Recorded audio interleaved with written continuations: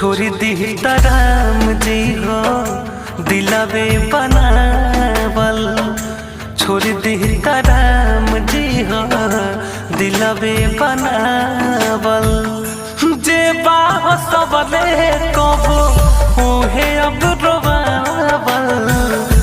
जे बाह सबले कबो उहे अब रोवावल।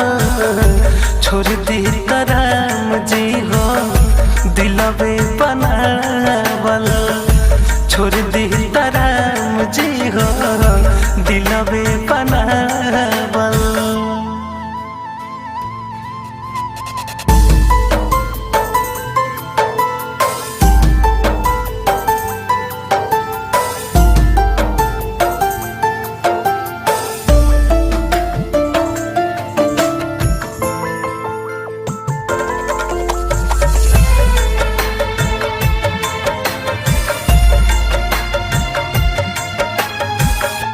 होता मोहब्बत जग में रोज शर्मिंदा।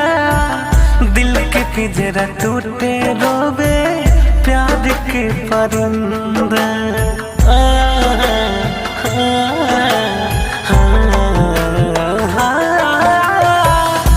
होता मोहब्बत जग में रोज शर्मिंदा।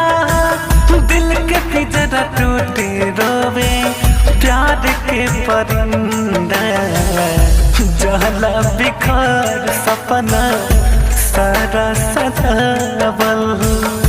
जहला बिखर सपना सारा सजावल। बाबे बार मुश्किल सचो प्रीतिया निभावल। छोड़ दी राम जी हो दिलवे बनावल।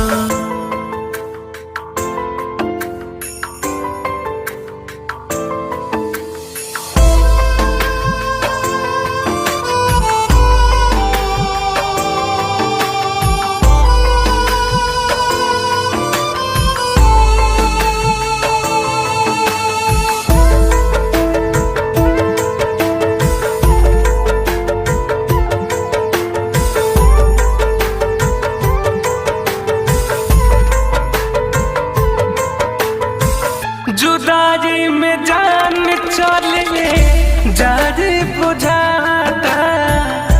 कट गईल पंख पंछी बस फरफराता।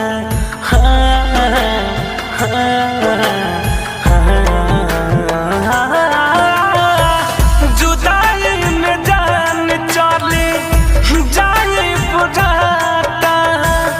कट गईल पंख पंछी बात फरफराता। महंगा पड़ल नैना लड़ावल। महंगा पड़ल दीते नैना लड़ावल। अमित नारी रस के चाहे अब भुला